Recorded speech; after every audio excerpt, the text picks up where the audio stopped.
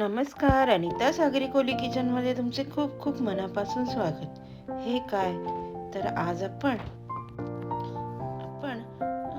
मुळ्याच्या भाजीमध्ये अशी एक वस्तू टाकून आज रेसिपी करणार आहोत.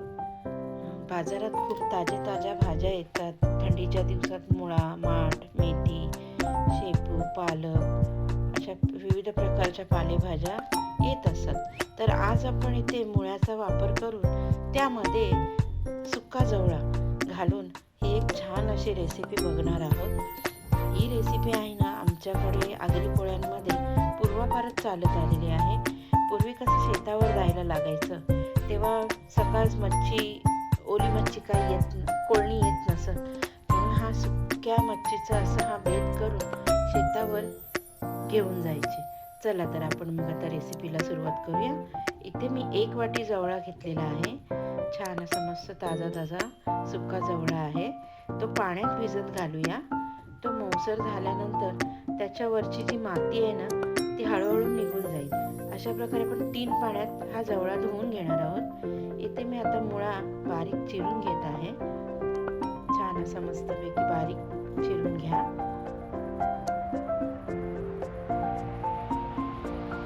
जवळा कसा 2 ते 3 पाण्यात का धुवावा, तर त्याच्यामध्ये मातीचे कण, रेतीचे कण असतात. तो जर स्वच्छ धुलात नाही तर ती भाजी तुम्हाला खाताना दाताला अशी कचकच लागेल. त्याच्यामुळे हा जवळा स्वच्छ धुवून घ्यायचा. इथे मी मुळा पण ताजा घेतलेला आहे. तो सुद्धा छान स्वच्छ धुवून असा बारीक चिरून घेतलेला आहे. आता आपण चिरून झालेला आहे. हे बघा, जवळा 3 पाण्यात धुवून घेतलेला आहे. पाणी बघा किती स्वच्छ आहे. असं सगळं काढून घेऊया आपण एका ताटामध्ये. इथे फोडणीसाठी तेल घातलेलं आहे. थोडा जास्तच तेल घालायचा. काही भाजी आहे ना, खूप छान लागते. टिफिनला किंवा मिस्टरांना डब्याला, मुलांना टिफिनला सुद्धा देऊ शकता. इथे मी 10 ते 12 लसणाच्या पाकळ्या ठेचून आणि मोठे 3 कांदे कापून घेतलेले आहेत. छान असे परतून घेऊया आपण. कांदा लवकर शिजण्यासाठी आपण इथे अर्धा चमचा मीठ घातलेला आहे. छान असं परतून घ्या. असं खमंग वास सुटला पाहिजे फोडणीचा. आणि कांदा छान शिजून दिला ना की आपली भाजी किंवा काही कांद्याचे प्रकार छानच लागतात. कारण अडीच कच्चा कांदा ठेवलात तर भाजीची मज्जा किंवा मच्छीची मज्जाच नाही येणार. इथे आता आपला कांदा शिजलेला आहे. इथे 1 टोमॅटो बारीक चिरून घातलेला आहे. तो सुद्धा चांगला परतून घ्या.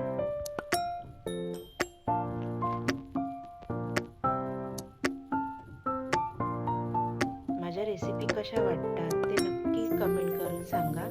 इथे पाव चमचा हळद घातलेला आहे मी आणि अर्धा चमचा आगरी कोळी लाल तिखट. मुलांना जर देत असाल डब्याला तर थोडा मसाला कमी घाला. छान असं हे परतून घेऊया आणि तेल सुटेपर्यंत छान असं परतून घ्या.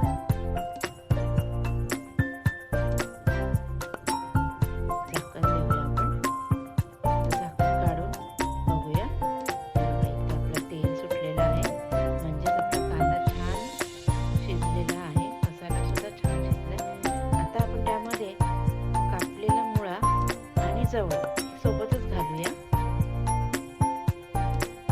ते सुद्धा छान परतून घ्या.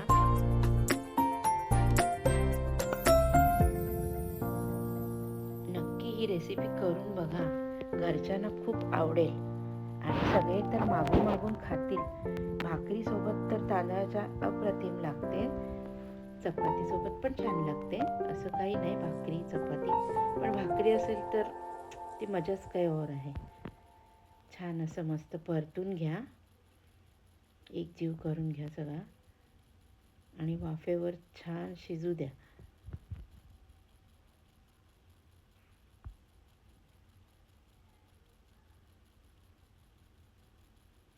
नवीन असाल तर माझ्या चॅनलला सबस्क्राईब करा आणि बाजूला बेल आयकॉनचं बटन दाबा, म्हणजे माझे नवनवीन रेसिपी तुमच्यापर्यंत पोचल्या जातील.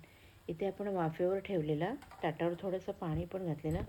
बघा, मुळा आणि जवळा ह्याने पाणी सोडलेलं आहे. छान असा मऊ शिजलेला आहे. आपण त्यात आता कोथिंबीर घालूया. ती सुद्धा छान, एक कोकम आगळ घालू, ती सुद्धा छान परतून घ्या. पुन्हा थोडीशी वाफ द्या की आपला हा जवळा मुळा ही रेसिपी तयार आहे.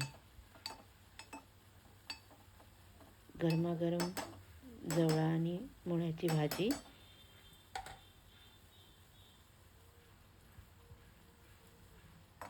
झाकण देऊन थोडीशी वाफ येऊ द्या. आता आपल्या इथे जवळा शिजलेला आहे. छान बघा, मस्त ना.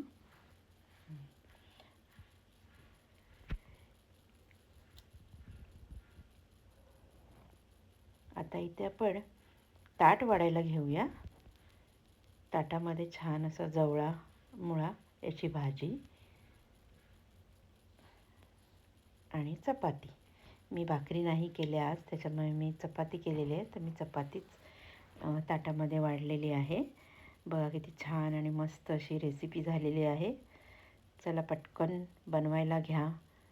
सुका जवळा असेल तर मुळा आणि जवळा याची ही अप्रतिम डिश आहे. तुम्ही नक्की करून बघा आणि माझ्या चॅनलला सबस्क्राईब करा. पुढच्या रेसिपीला लवकरच भेटू. नमस्कार. धन्यवाद.